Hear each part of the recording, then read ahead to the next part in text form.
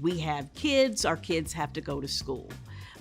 We deal with the traffic just like anybody else. We deal with whatever new policies that the governor may come up with, that the General Assembly may come up with, that our local jurisdictions might come up with. That kind of puts us side by side with everyday people, and we are everyday people.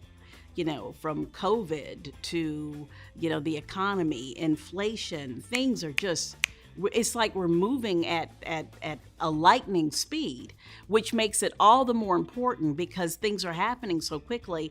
People are busy with their lives and they're not able to keep up with the news and the issues in the way that they may like to. So when I get an opportunity to be able to ask questions of our politicians, our lawmakers, what is it about critical race theory that you dislike? Why is that to you an inherently divisive concept? Well, I appreciate that opportunity, and I come from a place of I'm a citizen here. I am a Virginian, and I live in Newport News, so I can ask questions that I know not only affect me, but affect a lot of other people. I love the fact that here at Channel 13, I am given the opportunity to just take a subject pretty much of my choosing and really drill down and work on it and create with a very talented photographer and create something that to me has lasting meaning, that could change someone's life for the better, that can inform people, that can motivate people to go out and try to get involved in an issue.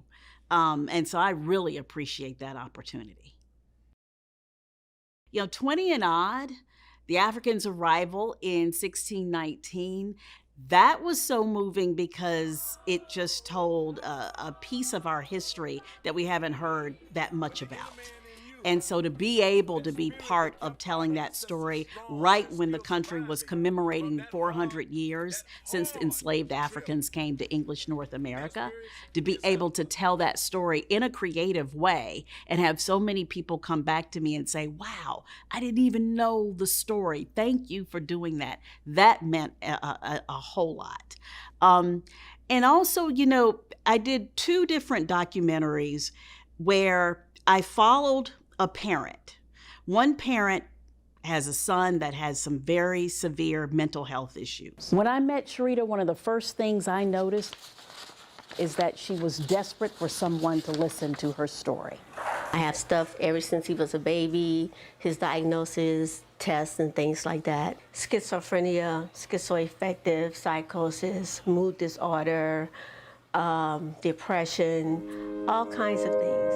Asperger's syndrome, so he's on the autism spectrum. We got to know her and this struggle that she's been on to get him adequate care.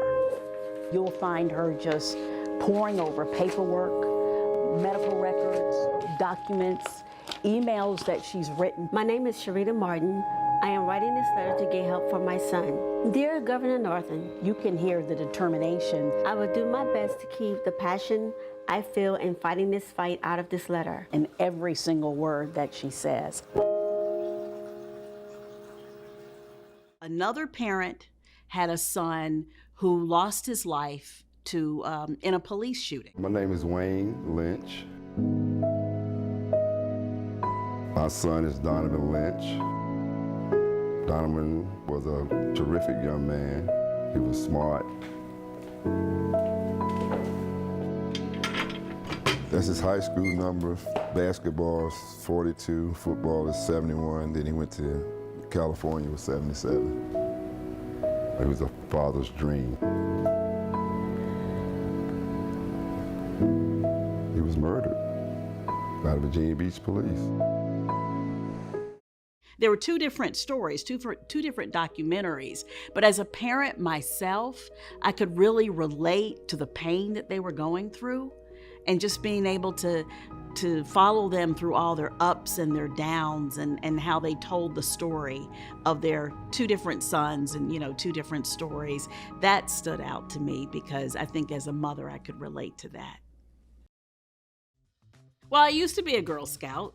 And so when I was chosen to be a famous former, I was very honored to have that accolade. The Girl Scouts, they do so much, and the organization here is phenomenal. I mean, they really do a lot of good things and support so many girls. Other things that I do in the community, I'll go out and join different groups for an MC or moderate their functions. And some of the ones that I've gone back to is like Peninsula Reads. I don't know if you've ever heard that, but it's about adult literacy and teaching adults how to read. They have a program that I have supported over the years. You know, every year they do the commemoration for 1619, and I've spent some time with the Tucker family and their event as they have commemorated the arrival of the first Africans. I enjoyed working with that program. I was very honored to moderate the gubernatorial debate that happened. This was the Democratic primary. I just get involved in whenever I can, here and there. I have the last several years been spending a lot of time getting my teenagers, trying to get them college ready. One is in college, another one is in high school, and we're in prayer. But yeah, so that's been a lot of work. Well, I was here the first time when I was really, really young, almost right out of college. And I had a great time when I was here. I made a lot of good friends. I loved the area. So when I went away to different places, I enjoyed those places, but not as much as Hampton Roads. It was just something unique about Hampton Roads. I met my husband here. He grew up here. His parents are here.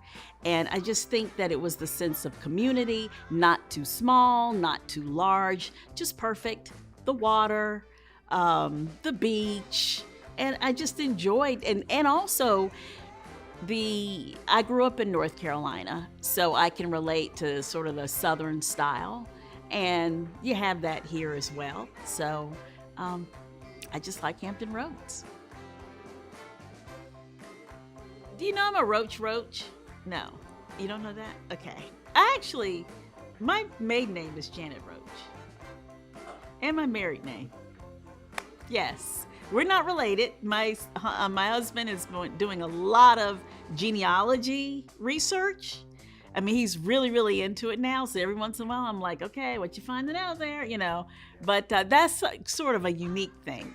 He actually approached me many, many years ago when I was here the first time, and he says, "Aren't you Janet Roach?" I said, "Yes." He said, "My last name is Roach too."